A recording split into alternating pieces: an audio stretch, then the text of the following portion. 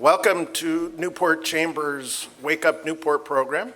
We have a wonderful speaker this morning, very important to the city of Newport and our community, especially for those of us who travel through your airport quite often. So before we start, let's hear from our illustrious leader, Steve Rosansky. Thank you, Alberto. Welcome. I'm Steve Rosansky, President and CEO of the Newport Beach Chamber of Commerce. Looks like a great group here, a lot of new faces. So welcome. We do this once a month. In case you leave early, I want you to know we do it once a month. And every time we have a top-level speaker, so you should definitely put it on your calendar, first Thursday of the month. As Alberto said, we have a great speaker this morning talking about John Wayne Airport. I do want to introduce a few people here with us this morning that I always try to point out when they show up. So we have one of our council members here this morning, Joy Brenner. Where's Joy? Joy's also running for re-election, so you get those papers in, Joy. I didn't see your name in Stu News yesterday. Get your name. Oh, the LA Times, that's right, the Daily Pilot, that's right, sorry, thank you. Other candidate who will be mentioned in a minute. We have our supervisor, Katrina Foley, with us. Our Assistant City Manager, Tara Finnegan. With the Civil Service Board, Howard Herzog's with us this morning. Howard. I see Pierce Swan over there. He's with Irvine Ranch Water District. Thanks for coming. As would be expected at a meeting like this where we're talking about travel and the airport, the King of Tourism, Gary Sherwin, head of our visitor bureau, is here, right there. Charles Kloeb, he's the chair of SPAWN, still protecting our Newport. And then, as I always do at this meeting in election season, I do like to introduce the people who are running for city council, other than Joy. So this morning with us is candidate Tom Miller. Tom, where are you? Running for the seat on the peninsula. Jim Mosier is here with us this morning. Jim's running for Santa Ana Heights, yeah. Santa Ana Heights? Yeah. Well, the Castaways, yeah. There we go. And then, of course, my sister Robin Grant running for City Council in District 4. So I think, hopefully I got all the dignitaries. If I didn't, raise your hand if you're a dignitary. Everybody, raise your hand. You're all dignitary. Oh, former council member Jeff Herman just walked in. Welcome, Jeff. So I'm going to turn it back over to Alberto. At the end, I'll have some closing remarks. And again, thank you all for coming.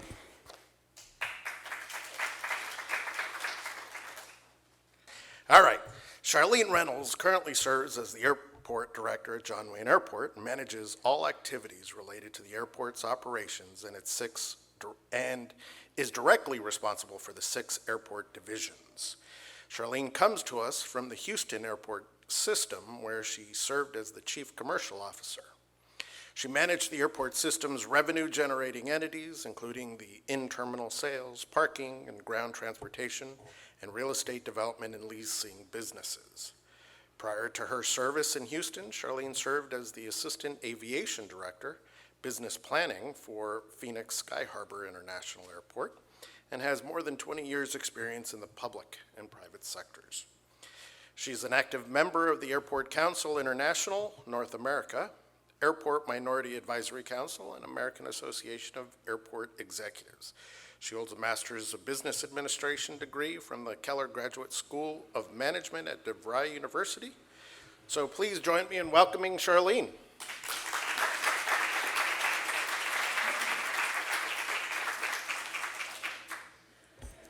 Well, good morning, everyone. I'm very, very excited to be here. I started my role as airport director almost 2 months ago.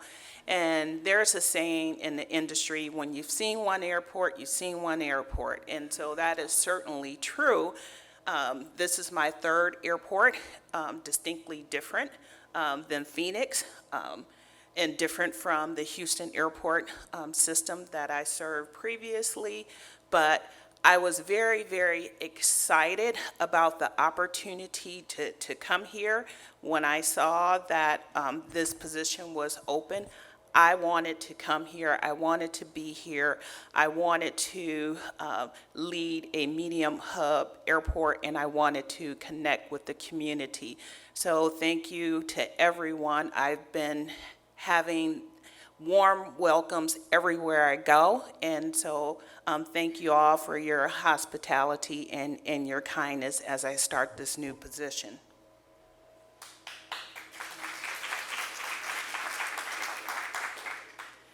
So let's jump right into it. When you're a new leader, everybody wants to know, well, what are you about? What are you going to do? What are your intentions relative to the airport? And so for me, it is first and foremost building strong community partnerships. So what does that mean? That means connecting to the community and also listening to the community. So even though I've been here just 2 months, I spent the majority of my time in meet and greets, listening to individuals, hearing about the noise, hearing about the desires for the future of the airport, and I am listening and I am taking it in. So I just want you to know that that's who I am and that's who you can expect for me to be as the airport director here at John Wayne. And second most important to me is sustainability. And that is deploying green technology throughout the terminal and making sure that our airport and our environment sustains well into the future. And so in the coming months, we hope to have more electric shuttles and charging stations, all in that effort for sustainability. And then relative to the guest experience, when I first arrived at John Wayne, I was a little bit surprised that I really didn't have a sense of Orange County. And when I was in my interview process, that was one of the things that I mentioned, that this is not LA, this is not Oakland. And what I strive to do through our food, beverage, and retail program, when people come into our airport, I want them to know that our airport is uniquely Orange County. So in the future, when we go out for our concessions and our other services, we will have more of a sense of place that this is Orange County and John Wayne Airport.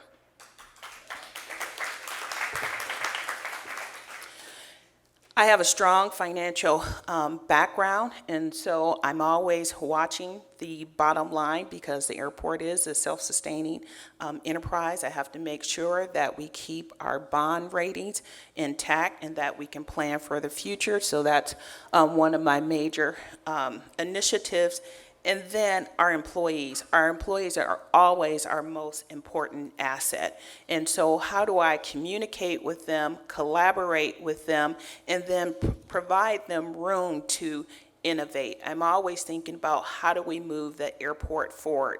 And I will be doing that with my team and giving them the latitude to expand on service and to think beyond and what we can do much better.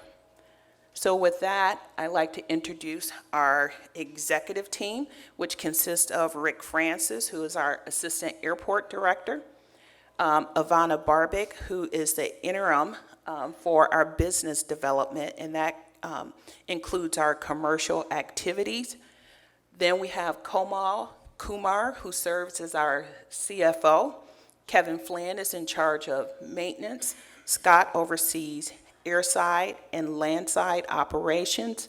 And then we have, many of you may be familiar with Eric Freed and his team, because not only does he oversee public affairs, he also oversees Airspace and Noise programs. And so we will talk about that, because I know there's a lot of interest in the audience.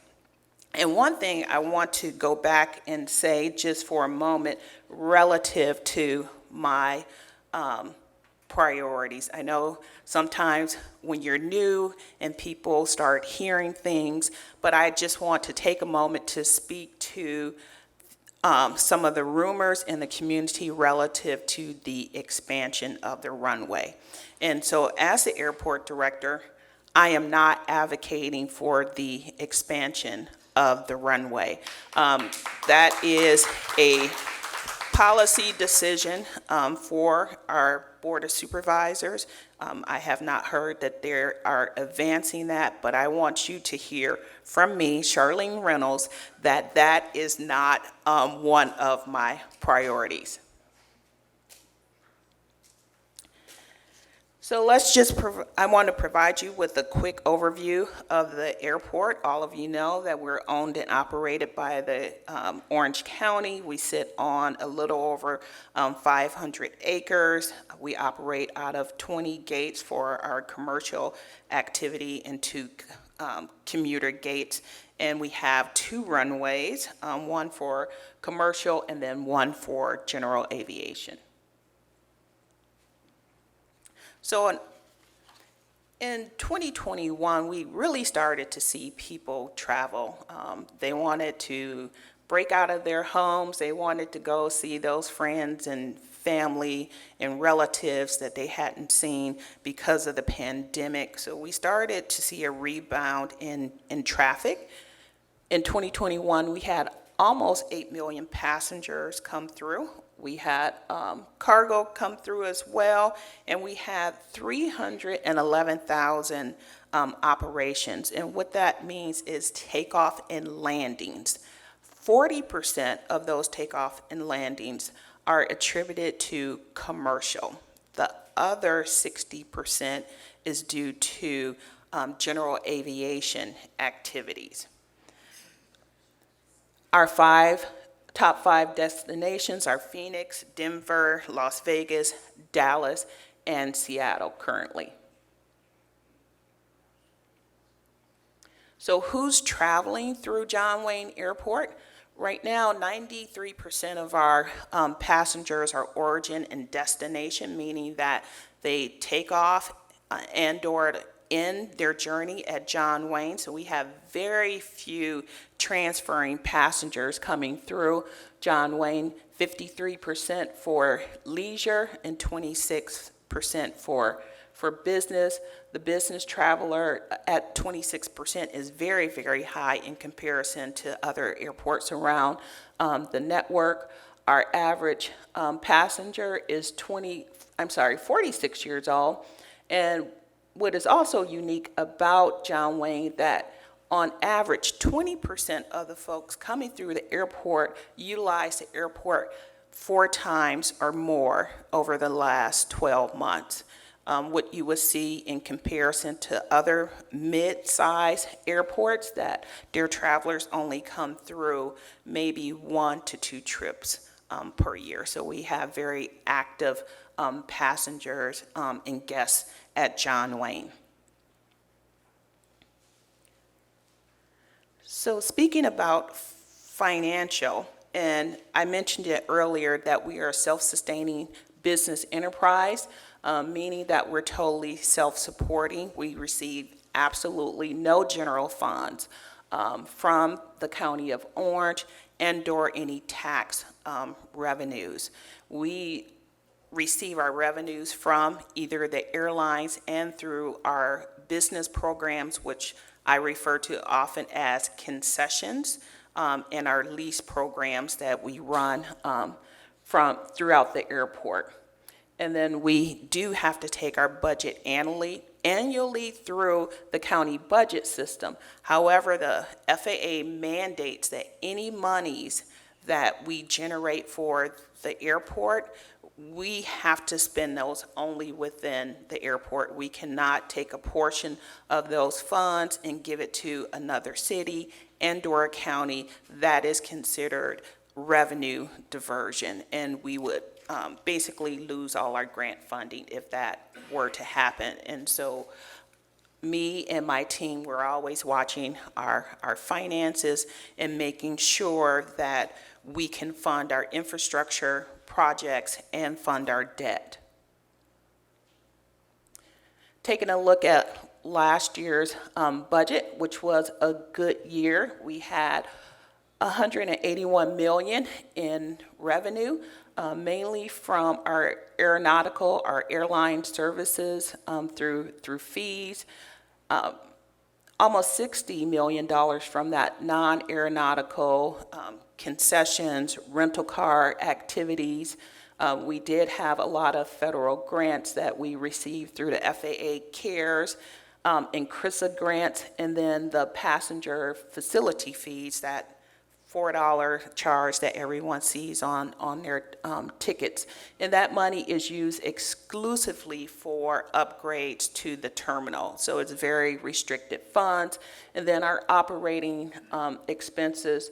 So we were under budget by $50 million last year, which is very, very great. So we're taking that money, putting it in reserve accounts, and we will be utilizing that money in the future for upgrades to our facilities. I'll talk about that a little bit later, and then also to pay down our debt service sooner rather than later.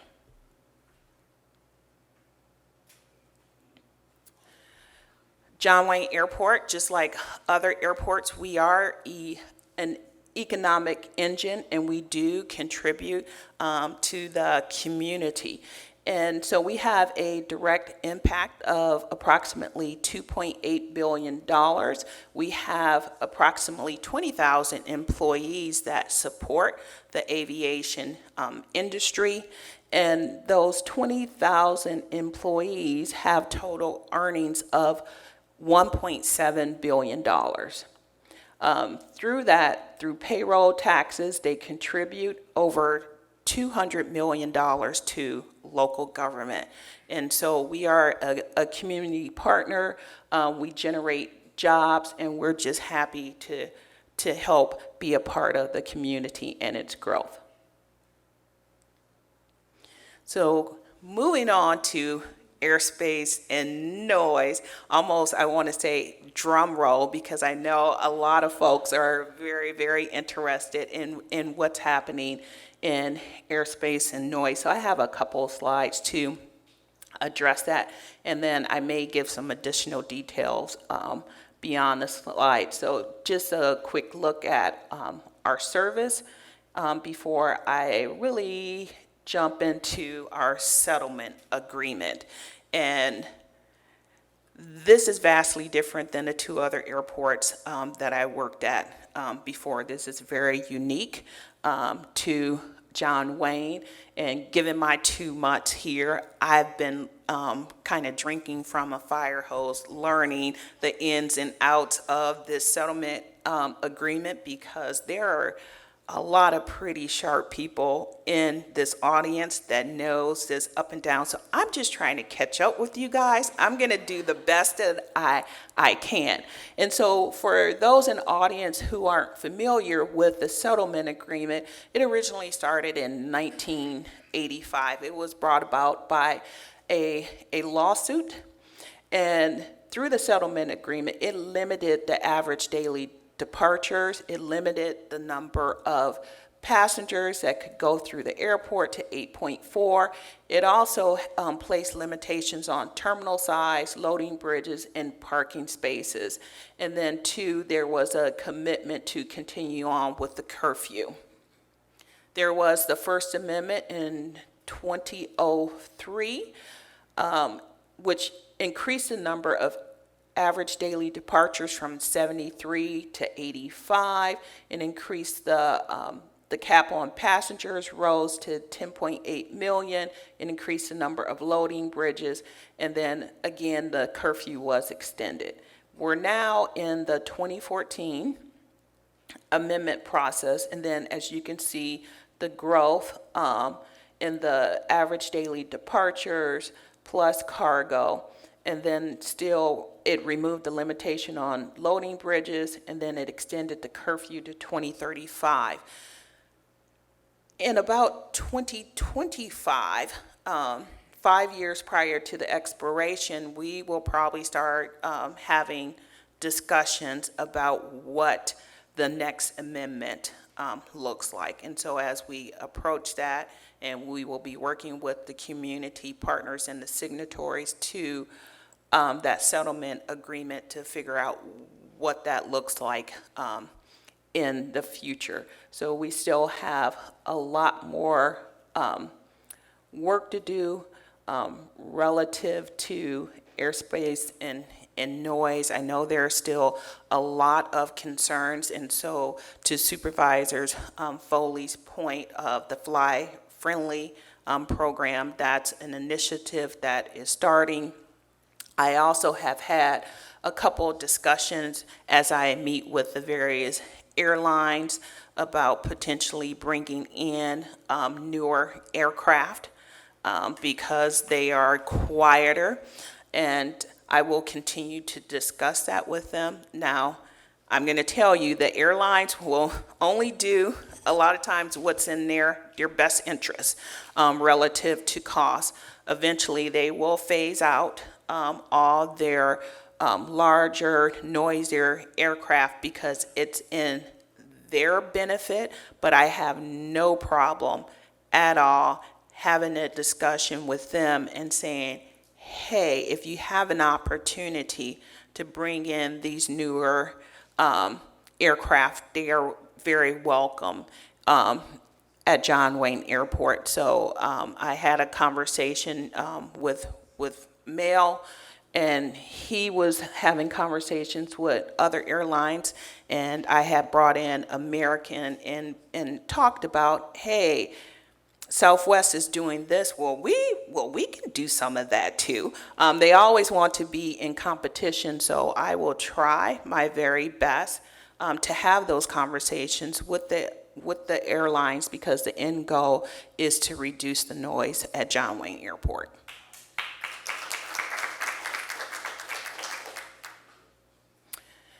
And we're very serious about enforcing the settlement agreement. And so I wanted to add this slide. So relative to commercial, I had staff go back years and years because I wanted to have this messaging in this presentation. On the commercial side, we have not had any violations in 2021. The last violation was in 2014. Now, on the general aviation side, we still have a lot of work to do. Weekly, I am signing letters of violations to our general aviation tenants. In 2021, we had 161 violations. And there's 3 levels. So the first is a warning.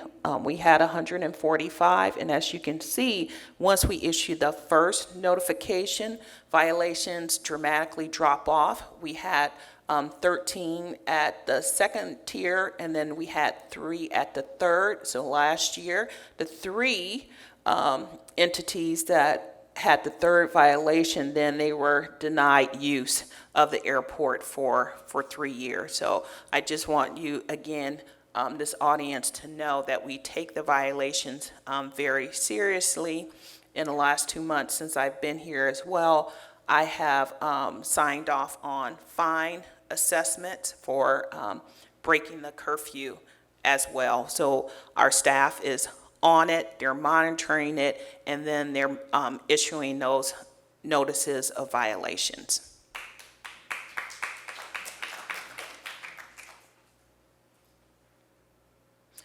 So just a moment to talk about our airport improvement projects. We will be embarking on $500 million in the next 3 years of capital improvement projects. We have a baggage handling system that is aging, and so if you ever waited in 20 minutes or more for your bags, you probably noticed, is it ever going to come around that corner? That's one of the first projects that we will be tackling to invest in upgrades and replacement of that system. We will be looking at replacing our elevators, our escalators, new lighting, installing electric charging stations, and new signage. My goal is to make John Wayne the best-in-class medium hub airport in the nation. And in order to do that, we need to invest in our facilities. So you may not always be able to see and touch these investments, but what I care most about is the passenger journey and making sure that it's enjoyable for everyone who travels through John Wayne. And so that will be one of the first steps through that investment. Want to talk about another program, which is the GAIP. We have embarked on new programs and upgrades for ACI J's aircraft and Clay Lacy.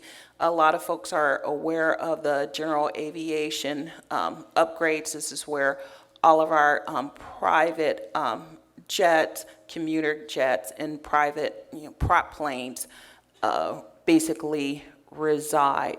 And then again, just kind of addressing one of those kind of rumors in the community. I know a couple folks were concerned that, hey, well, Charlene's a commercial business person. That's her background. And so will she monetize this project by advocating for larger jets to come in? That is not on my plate. That's not my priority. My focus is really on monetizing the in-terminal sales through our concessions program. How do we monetize our parking and make it more efficient in our rental car program? So I just wanted to talk about that. We will see new buildings across our campus relative to these build outs. And so where we're at right now, Jay's, their upgrades are in 60% design. Clay Lacy is, their new facility is at the 90% design stage. Right now, the airport is reviewing their plan set.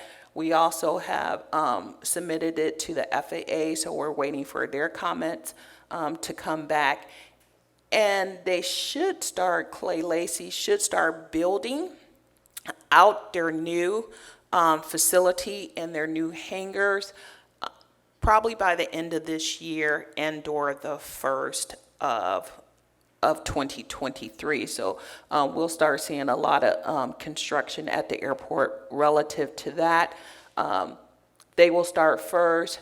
Jay's will continue, and then after that time, then ACI Jet will start building their new facility. And so I just wanted to talk to this slide relative to kind of FBO rent for a moment. I know there was a lot of changes, and this may be way over some folks' heads, but there were, if you own a private general aviation plane and your rates went up, there was a lot of concern about why did they go up. And what happened when the county took on the new GAIP program, they did do an assessment and also an appraisal of the land. We had an outside third party take on those efforts. It wasn't staff driven, and these are the numbers that they came back with. And so the new rates, the increases in rates relative to hangars and tie down rates are driven by this rate structure right here. And if anyone has questions and really want to talk about that, I'll be happy to provide you with my card, and then we can have more detailed discussions about that. We have new things happening within our terminal space.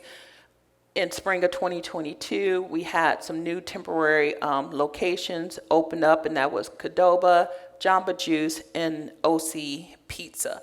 These are temporary locations that will be in place for just a couple years, but during the pandemic, we did have the entire industry financial distress in our concessions program, and so some of our concessions, unfortunately, went out of business and/or wanted an option to kind of give back to space. And so we wanted to make sure that we served our customers, and these are interim spaces to fill those concessions.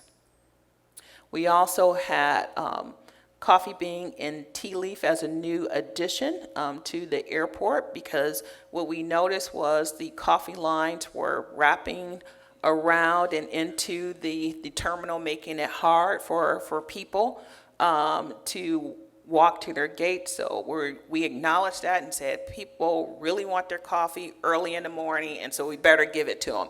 And therefore, we have two new locations for Coffee Bean and Tea Leaf. Coming soon, we will have two other new concessions, and this is when I talk about elevating our program. So we'll have Taps Fish House coming to Terminal C, and then we'll have Greenleaf Kitchen and Cocktails coming to Terminal A. Also coming soon, Brodart Express and La Boutique in Terminal B. And one thing I'm very, very happy about, because when I was in Phoenix, I started a new common use lounge program. So that is something that we are in the midst of developing here. As many of you may know, common use lounge, you don't have to have an affiliation with a credit card and/or a specific airline. We have two existing airline club lounges, American and Delta, but the common use, you pay a small fee. You can come in, have a quiet space to work, and then you pay one fee, and you have access to your alcohol, your food. And so we are looking at right now the spaces that we have within John Wayne, and we are looking at two spaces that have been discussed is the old Javi's location, whether or not that suits a common use lounge, and we will continue, but I think that will be a great addition and a new amenity for our guests at John Wayne.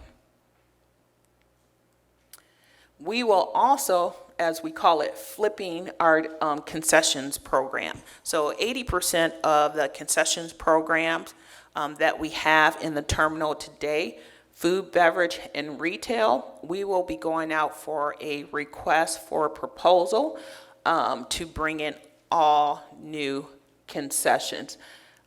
I'm very, very excited about that. We will utilize that RFP to really build that sense of place, and then to promote more healthy options.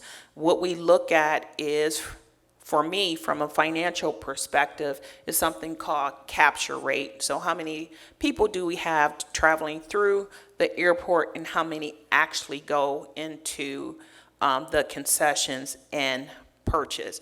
And so relative to other medium-sized airports, that number is low in comparison. So that lets me know that we have a level of improvement that we can do within our concessions program. So we are working to fix that. And if anyone in this audience has any ideas or want to email me and say, hey, these are some of the things that I would like to see in the airport, I welcome those comments. We have a great airport. We have received a lot of awards and recognitions in the past. However, my job and my role here is, how do I move the airport forward so we can continue to be recognized within the industry? However, how do we continue to be supportive of our community? And so those are things that I will be working on during my tenure here. I hope to be here a very, very long time. And so as we all move forward together, my door is always open. I am here to be transparent. I don't shy away from coming out and and talking to the community. I will never hide from the community. We can always have a conversation. Now, I can't promise that I am, the Wizard of Oz and I can make all things happen.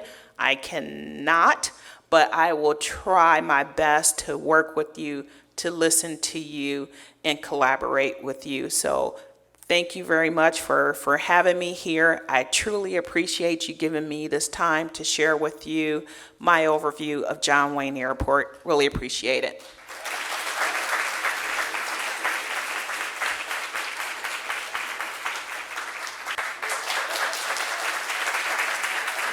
Thank you, Charlene. That was great talk. Great talk. Hopefully you can stick around for a few more minutes. I think there might have been a couple more questions, but kind of have to wrap it up for those that need to leave.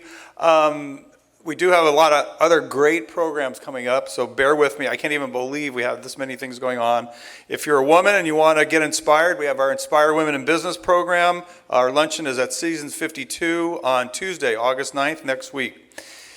If you want to network some more, our networking luncheon is going to be at Helmsman Ale House on August 17th, 11:30 to 1:30. All these are on our website. You don't have to write anything down. Just go to newportbeach.com.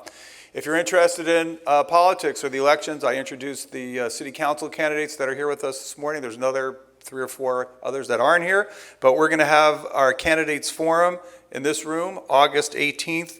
Normally, we don't ask for reservations at Wake Up Newport. I mean, we like when you do so we can plan for food and stuff. But this one will fill the room. We move the food outside to have extra seats. So if you're interested in coming to the candidate forum, it's going to be here August 18th from 8 to 9:30 a.m. All the council people who have expressed an interest in running have said they'll be here. So it's a great way. It's actually the first candidate forum of the election season, and you get really the unvarnished answers. Yet they haven't had a chance to figure out what all the questions are. So it's really telling. So I recommend that you join us for that. If you still haven't had enough of the chamber and you're a chamber member, or you're thinking you want to join the chamber and you want to come, we have our last barbecue of the summer. We're calling it Luau by the Lake. We've got a beautiful lake next to our office over by the airport. I hope Charlene could join us and experience some of our food. Actually, the food program, I'm glad to hear that. I've been in the restaurant business for many years, not currently, but I did pick up a little side hustle during COVID. I'm Bismayer Bakery, so I don't know, I might need one of those pop-up locations over there. Just kidding. Our Sunset Mixer is going to be August 25th, 5 Crowns Restaurant. If you love your fire and lifeguard people, we've got the event for you. Our Fire and Lifeguard Appreciation Dinner is going to be September 20th at the Hyatt Regency, Newport Beach. This event sells out. It's really not even a lot of seats left at this point. So if you're interested in coming to that, it's a great evening there to honor our first responders. If you like getting Sandy, our Sandcastle contest, Corona Del Mar Sandcastle contest, it's in its 60th year. 60th year we've been doing this. In Corona Del Mar, Joy, I expect you to be there as the councilman from the district. And that's Sunday, October 2nd. It's from building the sandcastles from 10 to 2. We do the judging from 2 to 3, and then we award these cool little trophies and some checks and stuff. So George Leslie here, he probably did 50 of those 60, right, George? At least, okay, I knew it. So that's all I have. One other thing, our Navigate Young Professionals, September 14th.